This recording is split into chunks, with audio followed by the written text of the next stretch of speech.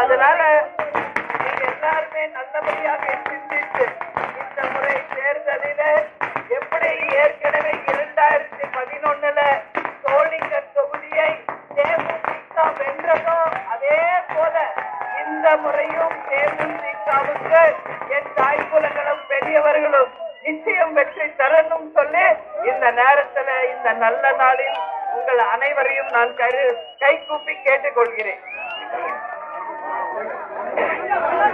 நீங்களாம் இல்லை, கேப்டன் அவர்கள் எப்பொழுதுமே மக்களுக்காகவே வாழ்ந்து மக்களுக்காகவே உழைத்து மக்களோடையே இருந்து ஒரு நல்லவர் உத்தமர் என்பது உங்க எல்லாருக்குமே தெரியும்.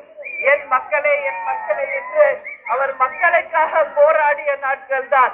எப்பொழுதுமே ரசிகர் மன்றமாக இருந்தாலும் அரசியலுக்கு வந்த பிறகும் மக்களுக்கு எல்லா விதத்திலும் உதவி செய்ய வேண்டும். தான் சம்பாதித்த பணத்தில் பாதி மக்களுக்கு செய்யணும் ஒரு உன்னதமான நிலையை அடைந்தவர் நமது கேப்டன் அவர்கள். இன்னைக்கு கேப்டன் அவர்கள் செய்த உதவிகளை பார்த்து இன்னைக்கு தமிழ்நாடு இல்ல, இந்தியா இல்ல, உலகமே இன்னைக்கு நம்ம கேப்டனை பார்த்து ஆச்சரியப்படுகிறது. இன்னைக்கு தலைவர் நம்ம கிட்ட இல்லைன்னாலும் தெய்வமாக நம்ம கூட தான் இருக்கார்.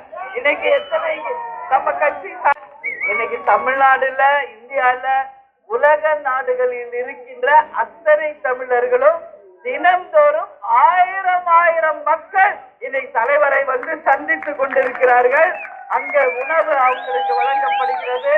அவர் கேப்டன் எப்படி உதவி செய்தாரோ அதே வகையில இன்றளவும் அங்க நம்ம கேப்டன் ஆலயத்துல எல்லா உதவிகளும் நாம வழங்கி கொண்டிருக்கிறோம். அதனால இந்த மாசம் என்ன மாசம்? ஆகஸ்ட் 25 நமது கேப்டன் அவர்களுடைய வறுமை ஒழிப்பு தினத்தை நாம் அனைவரும் சேர்ந்து கொண்டாடுகின்ற ஒரு தினம். எனவே உங்களை எல்லாரையும் பார்த்து நான் கேட்டுக்கிறேன், எந்த தலைவராவது நான் ஆட்சிக்கு வந்தா வறுமையை ஒழிப்பேன்னு சொல்லியிருக்காங்களா? லஞ்சம் ஊழலை ஒழிப்பேன்னு சொல்லியிருக்காரா? உங்க வீடு தேடி ரேஷன் பொருள் வரும் என்று சொன்னாரா? படிக்காத இளைஞர்களுக்கு வேலை வாய்ப்பை தருவேன் என்று எந்த தலைவர்களால் சொல்லியிருக்காங்களா? யோசிச்சு பாருங்க. என் மக்களே மக்களை பற்றியே 24 மணி நேரம் சிந்தித்து மக்களுக்காகவே உழைத்த ஒரு உத்தமர் தான் நமது கேப்டன் அவர்கள். இன்னைக்கு கேப்டன் மறைந்தாலும் புனிதராக தெய்வமாக இன்னைக்கு நம்ம கூட இருக்கிறார் என்பதை நீங்க புரிஞ்சுக்கங்க. அவர் விட்டு சென்ற பணியை செய்வதற்காக தான் நாங்கள் எல்லாம் உங்க கூட இருக்கிறோம். மறந்துடாதீங்க, கேப்டன்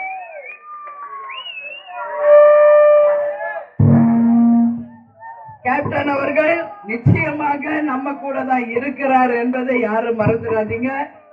தலைவர் எப்பவுமே என்கிட்ட சொல்லுவார், மக்களை பற்றி தான், மக்களுக்காக எப்படி எல்லாம் இருக்கணும் என்று எல்லாமே எனக்கும் என் பிள்ளைகளுக்கும் எங்கள் கழகத்தினர்களுக்கும் மாவட்ட செயலாளர்கள் தொண்டர்கள் எல்லாரையுமே அவர் சொல்லி கொடுத்து வளர்த்திருக்கிறார்.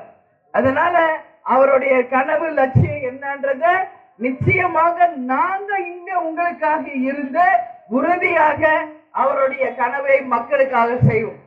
இன்னைக்கு மேல ஏதாவது நாங்க பார்க்க போறோமா புதுசா? இனிமேல நாங்க ஏதாவது புதுசா பார்க்க போறோமா?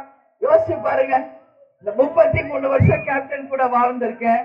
கேப்டன் சற்றேறக்குரிய 45-50 வருஷம் சினிமாவிலும் அரசியலிலும் இருந்திருக்கிறாரு. எல்லாமே பார்த்தாச்சு. அதனால இனிமேல நாங்க புதுசா வேற எதுவும் பார்க்க வேண்டியதில்லை. ஏன் அப்ப இவ்வளவு பெரிய சவால்? எதற்காக இந்த அளவு கடுமையான உழைப்பு? யாருக்காக? மக்களாகிய உங்களுக்காக மட்டும்தான், தமிழ்நாட்டுக்காக மட்டும்தான். உங்களுடைய வாழ்க்கையை உயர்த்த வேண்டும் என்கின்ற ஒரே ஒரு குறிக்கோளோட தான் இன்னைக்கு தேமுதிக மக்கள் இயக்கமாக நாளை சரித்திர